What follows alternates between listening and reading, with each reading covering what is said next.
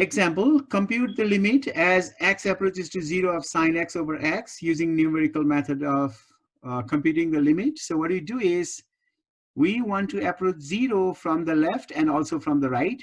When we approach to 0 from the left, for example, we are going from negative 0.1 to negative 0.01, then negative 0.001, and from the right, like 0.1, then 0.01, 0.001. We make the tables as we approach from the left and right. We plug in these values over here and we calculate the y value. When you plug in negative 0.1, sine negative 0.1 divided by negative 0.1, the value should be 0.99833. When you plug in negative 0.01 on this function or to this function here, you should get 0.999, one more 9, and then 8. When you plug in this value, negative 0.01 to this function, then you will get 1.00000. So you can see here, when we approach closer and closer to 0 from the left, that is the values are increasing.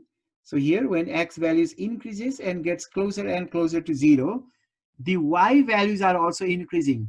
Here we have 0.99833, then next time 0.99998. So these values are increasing and getting closer and closer to 1. That means we can say that the left-hand limit approaches to 1. So meaning of this one is, let's write here, this implies the limit as x approaches to 0, x approaches to 0 from the left of sine x over x is equal to 1. So from the left side, it is equal to 1. Now let's find it from the right hand side. When x approaches to 0 from the right, when you plug in 0.1 to this function, sine x over x, the value is 0.99833. Now if you plug in 0.01, if you plug in 0.01 here, the value is 0.99998. And if you plug in 0.01 to this function, then the value is 1.00000. So when x decreases and approaches closer and closer to 0 from the right hand side, when x value decreases and approaches closer and closer to 0, the y values are increasing and approaching closer and closer to 1. Y values are increasing and approaching closer and closer to 1. So meaning of that is, when you approach 0 from the right, the value of the function approaches to 1. So the right-hand limit is 1. So meaning of this one is, limit as x approaches to 0 from the right, that is plus. This one is from the left, so this is minus, of sine x over x is equal to 1. So you can clearly see the limit from the left and limit from the right are equal. And we know that when the limit from the left and right are equal, the limit exists, and that is the value of the limit.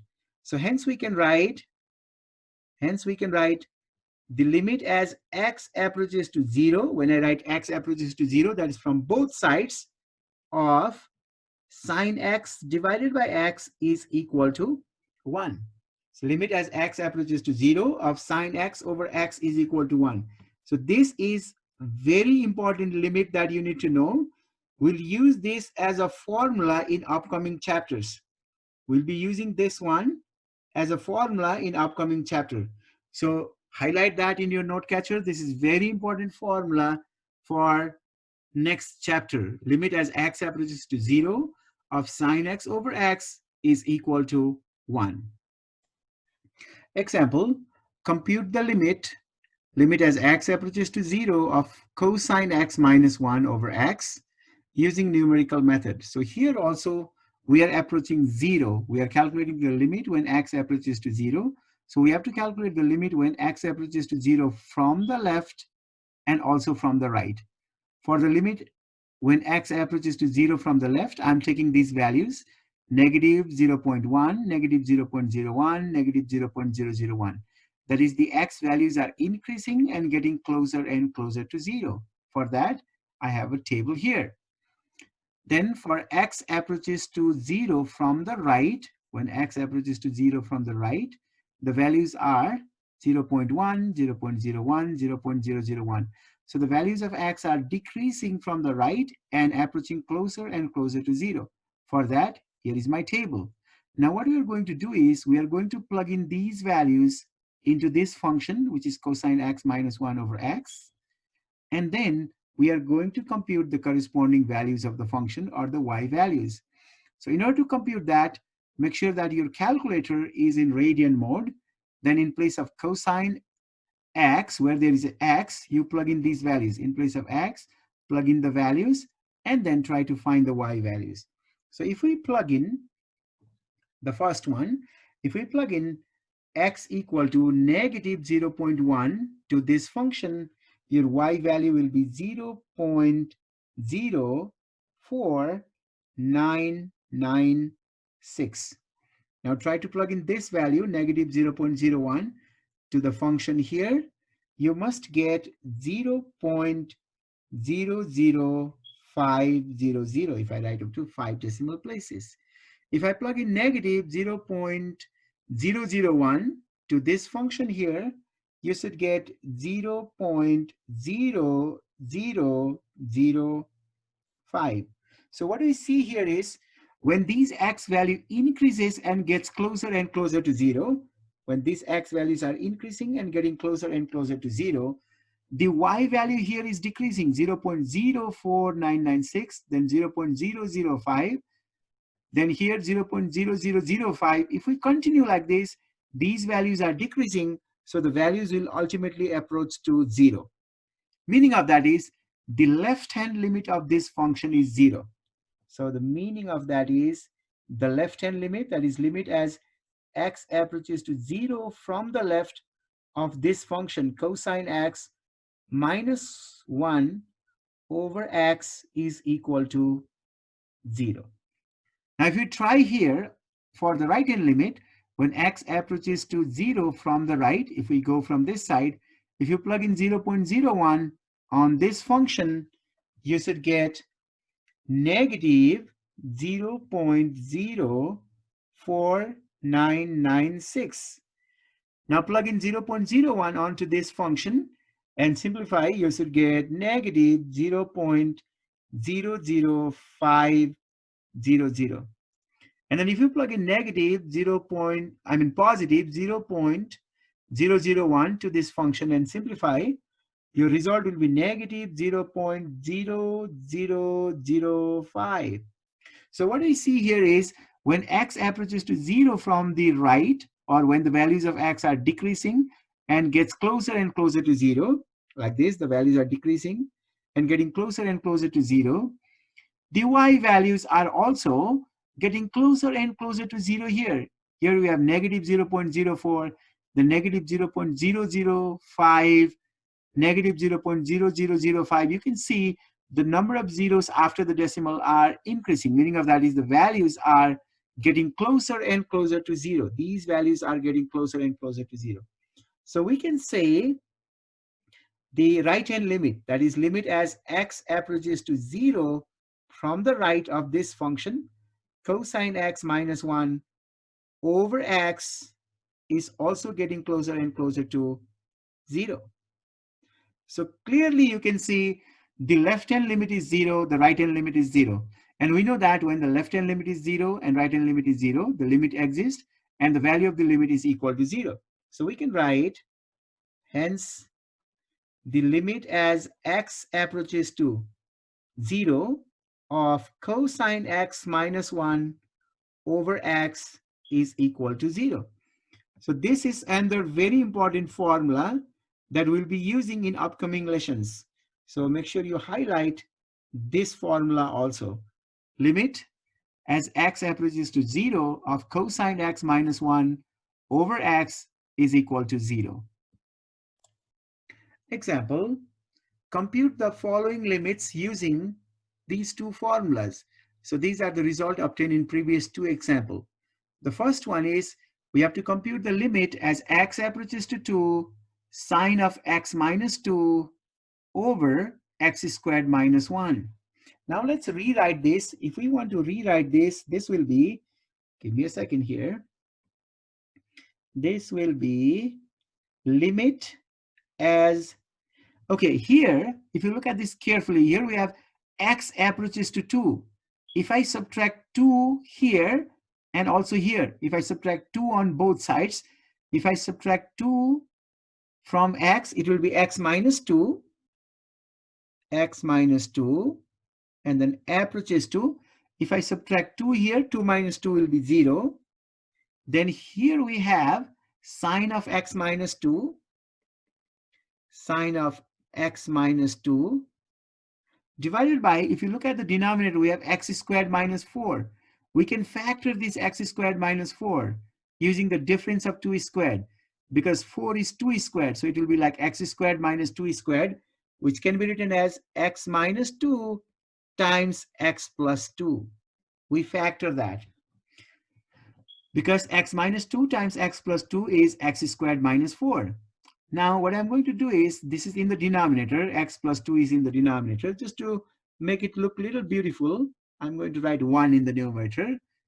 And it is exactly the same thing, because there is 1 in the numerator. It doesn't make any difference with this quantity here. So I'm just rewriting this quantity in little different format. But what happened by writing this is this. Look here. Here we have x minus 2. Here is also x minus 2. Here is also x minus 2. So it is just like this formula. Limit as x approaches to 0. Here is x. Here is x. Here is x. So in place of x, I have x minus 2. Approaches to 0. In place of x, I have x minus 2. Here also I have x minus 2. That means this limit, for the first part, the limit is 1. Because when these three quantities are same and this is 0, this limit is 1.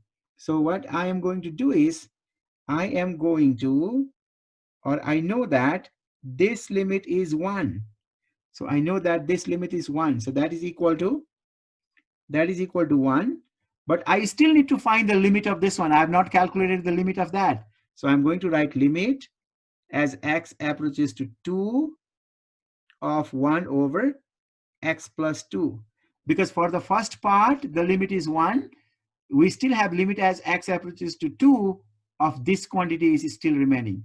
Now, in order to evaluate the limit, what we can do is, we can perform the direct substitution. We can plug in 2. So if I plug in 2 here, it will be 1 times this 1 times. If I plug in 2, it will be 1 over 2 plus 2. 1 over 2 plus 2. 1 over 2 plus 2 is 1 over 4 times 1 is 1 over 4. So that is the limit for the first part. Now part B, limit as x approaches to 0 of cosine squared x minus 1 over x. So let's rewrite this. If I want to rewrite this, we can rewrite this as limit as x approaches to 0. Now, here we have cosine squared x minus 1. You can also factor this one. This is a squared, cosine squared x, and 1 can be written as 1 squared. So this is like the difference of 2 squared. Sure, you are muted. So this is like cosine squared x minus 1 squared. So if you factor that, it will be cosine x minus 1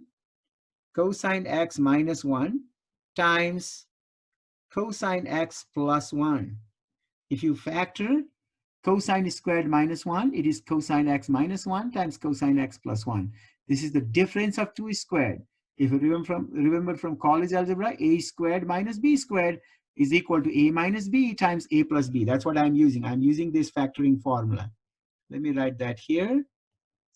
Factoring formula from college algebra, which was a squared minus b squared is equal to a plus b times a minus b, or a minus b times a plus b, same thing. So a minus b times a plus b. And in the denominator, I have that x. So here in the denominator, I have x. Now, if you look at this carefully, you'll see one thing. If you look at this carefully, this much, if you look at this much, That is the formula.